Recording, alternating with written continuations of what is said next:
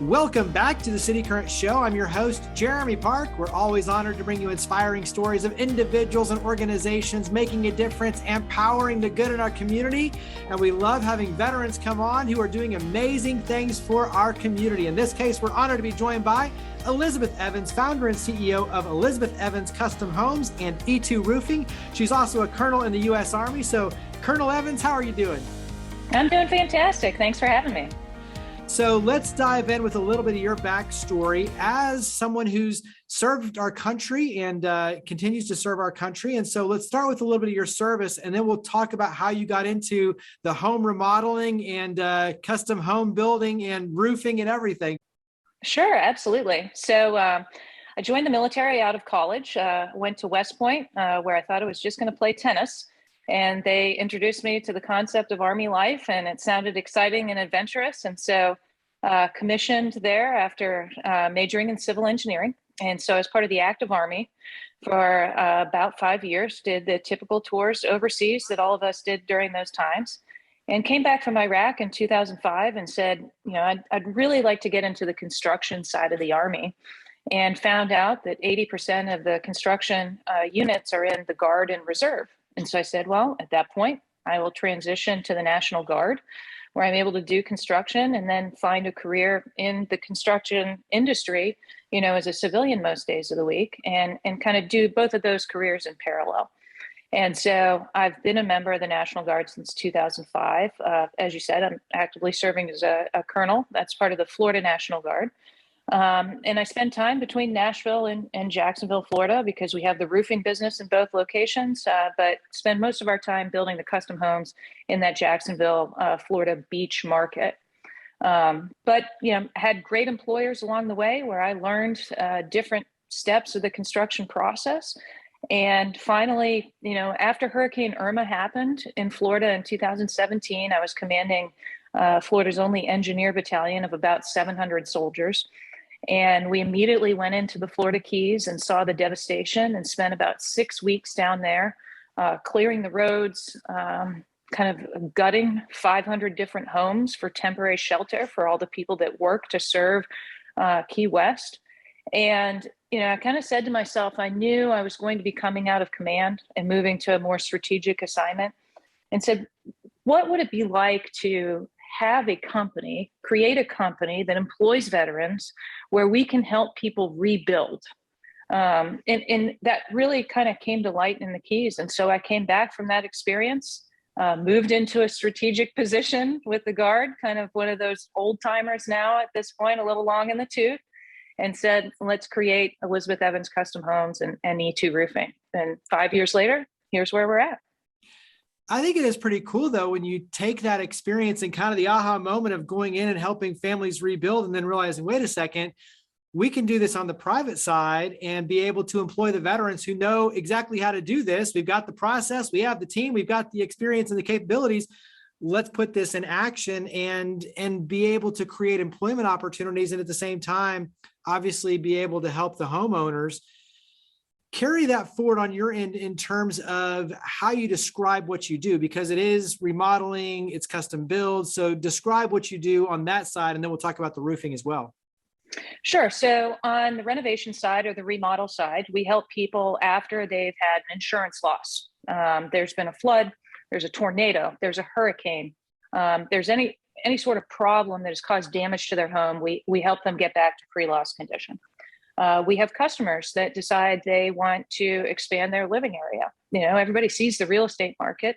You can sell your house for a great price today, but good luck finding another one that you can afford. So they want to stay in their house. They love their house. They love their location. They love their school, just like we do over here in Laughlin Springs. We don't want to leave this house, but we're kind of outgrowing it. So how do we do an addition? How do we expand our footprint? Maybe the kitchen, I want that to look a little bit different and have more functionality. So we work with customers that, we call them retail jobs, where this is someone that just wants to make modifications to their home. And then the custom home building side, this is what I get excited about. This is where the design side of my mind gets to work with the homeowner. We are creating the home that they want, or we have plans on the shelf that we stock for people and say, okay, you want a 4-bedroom, you want a 5-bedroom, you want these features. take a look at these plans that we have that we can build for you on your lot. But being able to create that for someone is so fulfilling and so rewarding, because now you're creating a home that for, their children are going to have memories that they make in that home that will, take them to where I am in life. I remember my childhood home. And so being able to be part of that process and serve others, is extremely rewarding. For you as a colonel, what's something that's a little different in terms of the way your mind works, the way you see the challenge ahead, that might be a little different than just a normal custom home builder, or someone that's stepping in on a business side that doesn't have that level of military experience? In other words, kind of how does your mind look at things a little different to be able to see these opportunities and communicate that to the homeowner and bring a vision to life? So I think there's probably two answers to that question. The simple answer is I always have the conversation with my roofers when it gets hot in Florida in the summertime, or it gets hot in Nashville in the summertime. And my comment is, it's not Baghdad, and so, like, you're fine, drink more water. The Army's all about safety. So we're all about safety, making sure you're tied off, your water breaks, your rest breaks, stuff like that. So that's the easy side. The Army is expert in logistics, right? We move equipment across continents using planes, ships. We think things out. What is worst case scenario, best case scenario? What's my plan B, my plan C? So that's how my mind thinks. That's how the Army's trained me to think. So if I'm building your house, it's not, oh, woe is me that windows take 5 months to get in. No, it's the minute we start talking and sign a contract, that's one of the first things you're picking out, because before we worry about what the flooring looks like and which exact, mirrors you're going to have, everything that has a long lead time, we're ordering, you're signing off on it, and I'm putting it in a warehouse, because when it's time to install it, it's in my hands and it's not at the mercy of the supply chain. So that's something that makes us a little bit different, and makes, myself as a colonel a little bit different, because I've learned so much of that from the Army. But that's a great illustration of the supply chain challenges and how you're actually 10 steps ahead and you have probably 10 different contingencies, whereas most people are like, supply chain challenge, you're going to have to wait 6 months. I'm sorry. Right. Well, and the other thing is price escalations. Every month I'm getting another notice. Hey, next month prices are going up 10%, 20%. Yesterday, the notice was drywall is going up 30%. The more I can buy today, the less that's being exposed to the homeowner as a potential additional charge in the future. So if I can warehouse it, put it in climate controlled storage, I've got a warehouse at our facility in Jacksonville that's climate controlled. That's all things that not only are saving me as the contractor from being concerned of whether it's going to come in on time, but it's cost savings that I can give to the customer. What are some of the parallels that you see between Jacksonville and Nashville? I think many times you get kind of myopic and just realize, oh, well, things are this way in our community, but you don't realize that things might be similar in other communities too. So what do you see as the parallels and maybe some of the differentiators between the two cities? So, I've had a lot of people ask me, what do you enjoy more? Jacksonville, you've got the beach, you've got, different weather patterns, Nashville, you have fantastic culture here, whether it's music or food or drink, they're just two totally different towns. And I love them both equally for, two different reasons. Raising kids in this town is fantastic. We can walk them to school. I can't do that. We couldn't do that in Jacksonville. Everything's spread out. Everything's 20 minutes away in Nashville. In Jacksonville, it's an hour to get from one side of town to the other. So there's a lot of differences. The parallel that I would say in the building community is we both have the supply chain shortages. There's different ones here than there are in Jacksonville. We both have weather-related events. In Jacksonville, I know a hurricane's coming 5 days in advance because I'm getting a phone call that I need to report to duty. And so I'm getting things in motion for my company so that they can keep going while I'm away on hurricane duty. We don't have those warnings in Nashville with tornadoes, but they're both weather events that cause substantial damage. You have wind events, you have hail events in both locations. So, when I came into the Nashville market, was like, well, how are you going to handle the volume after a tornado hits? Like the same way I handle the volume after a hurricane, goes across the entire state of Florida. So, you have those parallels of unpredictability with the supply chain.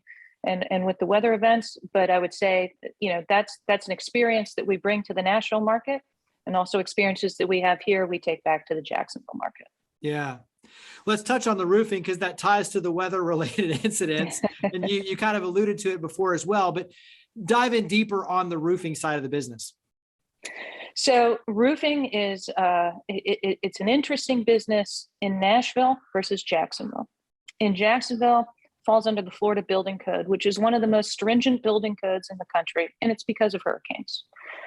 So there's constantly updates to the building code to help prevent loss from hurricanes, because it has devastated the insurance industry in our state. In Nashville, you have to take a test to become a roofing contractor, but you don't pull a permit, and there's nobody from the city that's coming to inspect the work that you've done. So a roof is a very expensive component of your home. And generally, as a homeowner, you're not walking up onto the roof to inspect the job that the roofer did. So innately, there has to be a good bit of trust that you were putting into a company to replace or repair your roof. I go through at least 2 inspections on every roof in Florida. Once the roof is torn off and once the roof is put back together. I don't go through any inspections in Nashville. And so when I look at the 2 markets and I look at roofing in Nashville, one of our value propositions to homeowners when we're presenting them with an estimate is we're someone that you can trust. We're somebody that goes through these rigid inspections in our other location. That's how we've trained our people. And so with us, you can trust that the job that we're doing is done to the highest of standards. When you look at what that means on your end in terms of providing that level of experience, but also too, the quality, the craftsmanship, I know that you're in a rare kind of upper echelon of being able to use certain products. And so talk about kind of that quality side, even on the product side. It's wonderful here in Nashville because Owens Corning, which is one of the brands of shingles that we are a preferred contractor with, has a plant location within the state of Tennessee.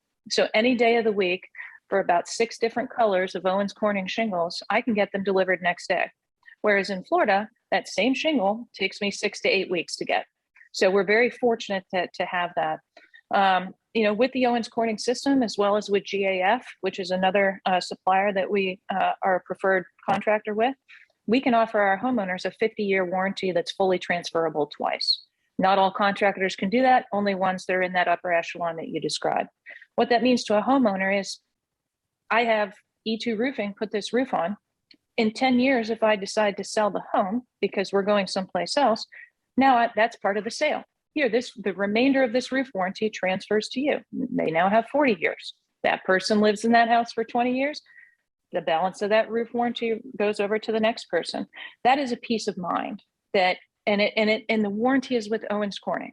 So even if E2 Roofing ceases to exist in 20 years, what have you, or is sold to someone else, whatever the circumstance is, Owens Corning honors that warranty. And so that's just a wonderful peace of mind for people to have. What's a bit of advice? Because obviously on your end, you're in the customer service business. And, like we've discussed, you come at it from a very different vantage point. What words of encouragement would you give for other business owners and those especially dealing with customers on just how to interact, over communicate? What's a bit of advice you would give for other business owners dealing with customers and treating them with respect and in the utmost regard? If Publix grocery store had a employee training program that they would share with the world, I would say follow that to a T. I used to build Publix shopping centers for a living. That was one of my jobs about 12 years ago. And I always loved seeing how they train their employees because they really want you to have that mantra of where shopping is a pleasure. I want the customer to not say, not that my name comes up in dinner conversation, let me tell you about this other experience I had with a contractor. Oh my goodness, because nobody comes to the dinner conversation with friends and says, let me tell you what a wonderful experience I've had. But I want them to have that conversation. So you look at other places, whether it's the Magic Kingdom or Publix, that really gets engagement with their customers right, and try to model yourself after that. The other thing I would say is always under promise and over deliver, because there are things that are completely outside of your control that are going to be unforeseen. But at the end of the day, you're responsible. You're the person they have the contract with. So, shaping expectations for someone that it's going to take longer, and then delivering early is always going to put you in a better space than the opposite of that conversation. Outside of the logistics expertise, what's something that you learned from the military, and that can be from someone in particular as kind of a mentor or just in general, that has really been helpful for the business career? So there would be two things. I worked for a fantastic general twice in my career. First, when I was a captain, I was a company commander in Iraq. He was my brigade commander. And then subsequently, I was his aide when he was a general officer in DC back in 2012 and 2013. And he had two rules that were really important to him. And he said, if you're on time, you're late. So, we set up an agreement to meet at 6 a.m. to go for a run on the mall together. And I knew if I was there, it's at 5:55, he was still going to beat me there. So I'd be there at 5:45 because I couldn't let the general beat me there. So I consciously am respectful of people's time. And even if that means I pull up at a house and I'm 15 minutes early, I might sit, down the street for 5 minutes, but I'm going to be on time, and I expect that of people that work with me. I expect that of our subcontractors, because we always need to be respectful of other people's time. The other thing that he said was, start each day and make it your best day. Wake up each morning. What are the things that I'm going to do the absolute best today, and focus on those things. And that way, there's going to be things that come up. There's going to be things that, you can't fix in the moment. You file those away, you action them, and then you start the next day, and it's going to be the best day. Nice. Good stuff. This is one of those we could go on and on and on, but let's go ahead and wrap up. How can everyone find you, and both on the home remodeling and custom build side, and obviously on the roofing side as well? So mention website, social media, phone numbers. How can we get in touch? So on the Nashville side, our website is E2. It's the number 2, roofingnashville.com. So that'll show you all the services that we offer in the Nashville area. On the custom home side, if you want to learn a little bit more about us, it is eecustomhomes.com, and that will tell you everything that there is about our custom home building process in the Jacksonville market, which we hope in time will also come to the Nashville market. Nice. Well, Colonel Evans, thank you for your service to our country. Thank you for all you do and for coming on the show. Absolutely. Thanks for having me. It's been a great time.